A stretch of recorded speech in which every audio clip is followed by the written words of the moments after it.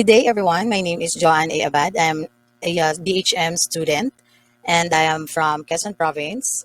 I am affiliated at the Pambayang Kolehiyo ng Mauban, and I'm also handling the Technical Vocational Education major in Food and Service Management, and I am also a TESDA Philippines assessor for the qualification of Cookery NC2, and also assessor for the Food and Beverage Services NC2.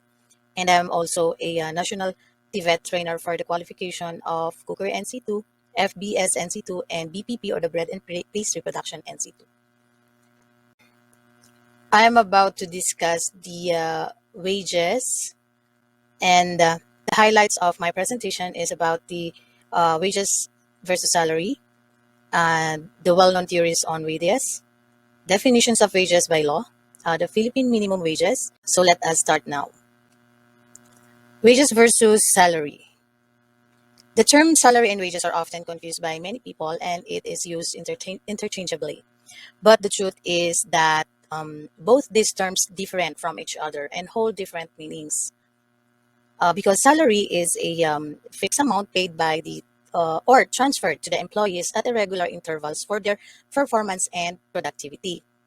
And at the end of the month, whereas the wages are hourly or daily based payments given to the labor for the amount of work finished in a day.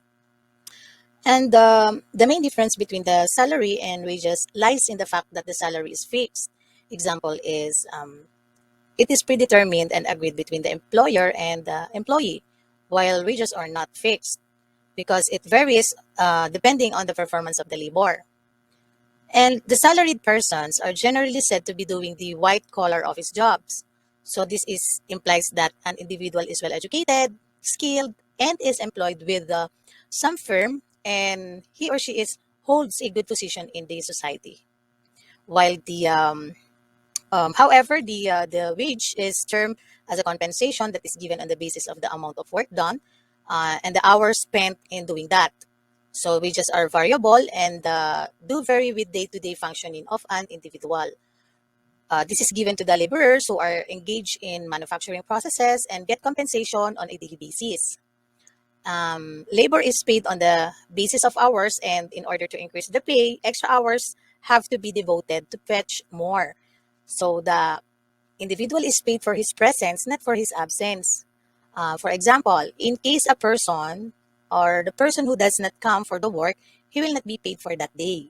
So because we have rule that no work, no pay. So that is the difference of the salary or the wages versus salary. So let us now move to the theories on wages. So according to the theory of Dr. Adam Smith, wages are paid out of a predetermined fund of wealth. According to his theory, demand for labor and wages paid are determined by the size of the fund. If the fund is large, wages should be high, and conversely, if funds are small, wages are reduced.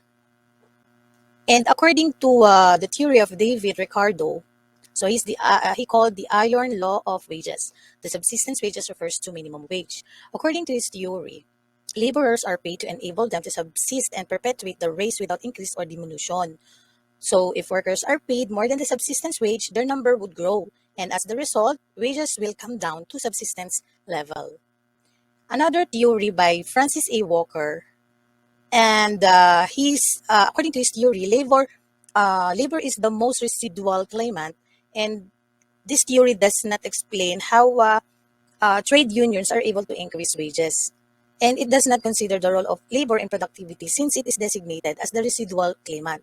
So, for the theory of Francis Walker, he said that there are factors of production or business activity like labor, land, capital, and entrepreneurship.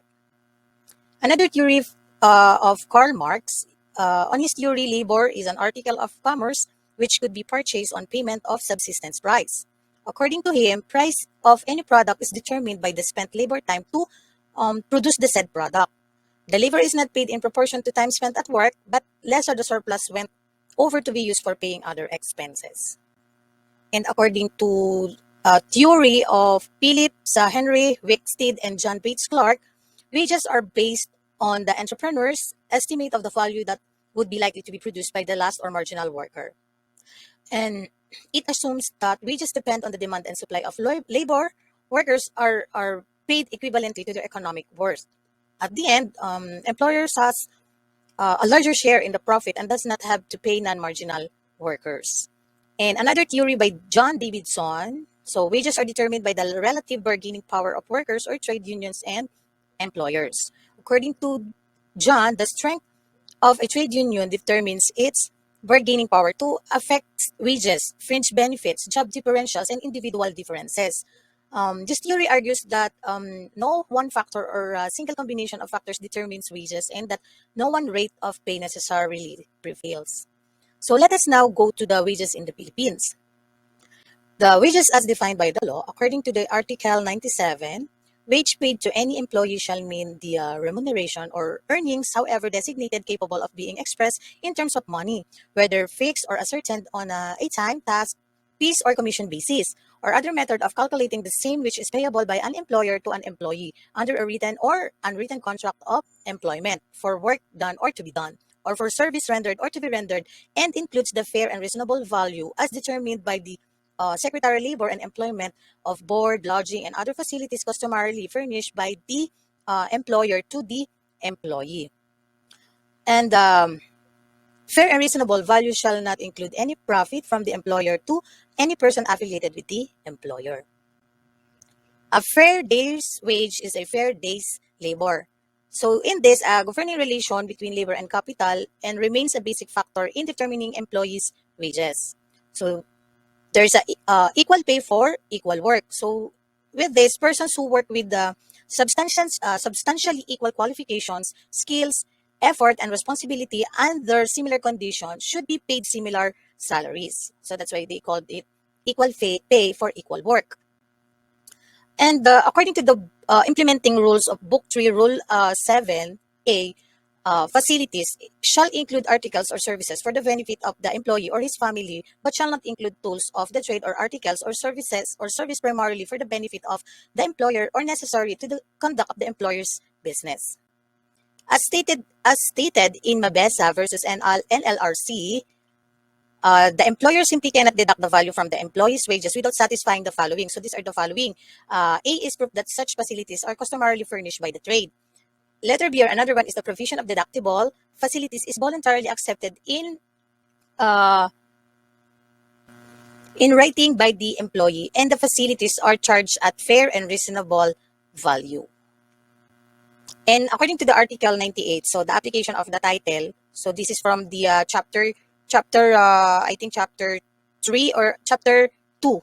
The application of title. This title shall not apply to farm tenancy or leasehold domestic surveys and persons working in their respective homes in needle work or in any cottage industry duly registered in accordance with the law.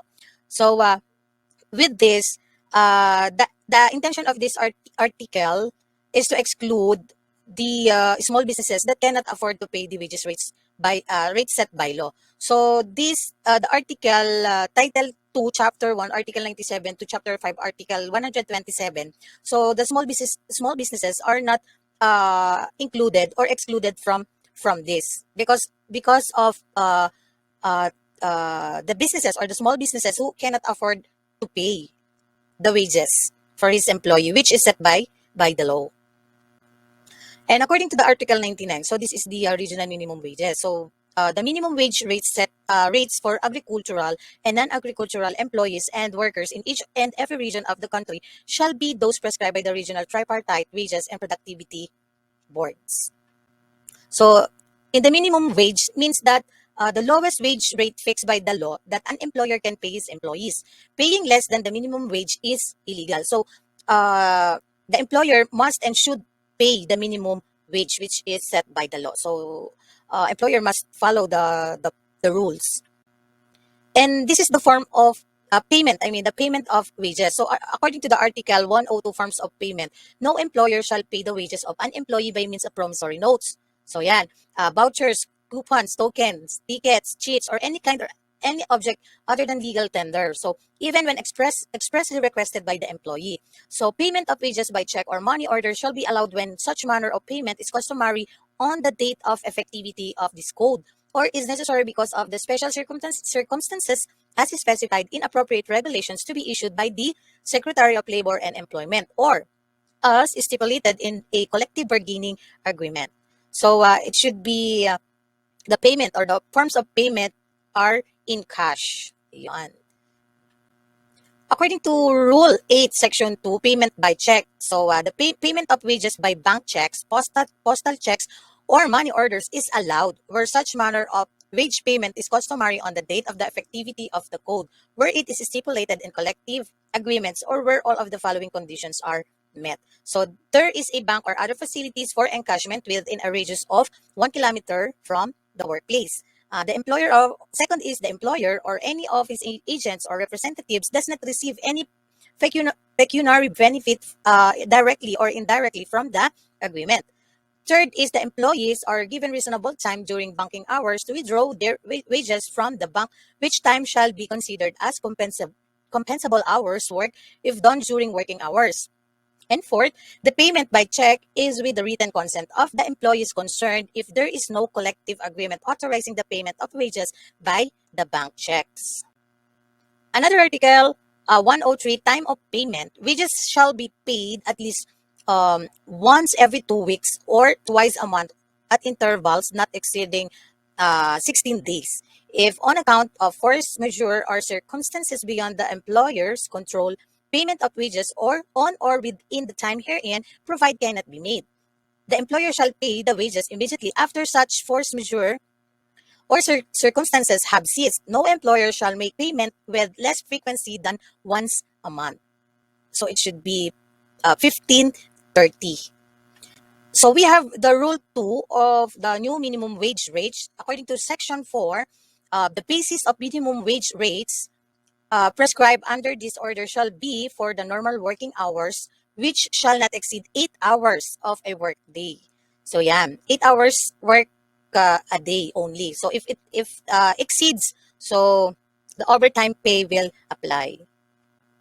So according to the National Wages and Productivity Commission from the Department of Labor and Employment, the new wage order for workers in Calabarzon, so it has an increase of 9 pesos to 25 pesos. Before, the minimum wage rate is the 317, and now it increases to 400 pesos. That is for the non-agricultural sector. For the agricultural sector naman, the minimum wage rate in the Calabarzon is 303, and then it increased to 373 pesos. For the retail serviceman establishments, 303 pesos. Yan. So, another one in NCR, it increased 25 pesos for all sectors and integration of the 10 pesos COLA or the cost of living allowance. So it increases 25 pesos. So before, or the minimum wage is 512 and now is 537. That is for the non-agricultural sector. So for the agricultural sector, the minimum wage before is 475 pesos and turns to 500 pesos. And same with the retail services establishment and manufacturing. And another one is minimum wage rate for the domestic workers. So it increased 1,500 pesos. That is for the NCR. So the minimum wage rate for the domestic workers is 3,500 and increased to 5,000 pesos. And if you want to have the computation for the wage, so you may visit the Department of Labor and Employment site. So they uploaded there the computations. Okay? Reference. Thank you.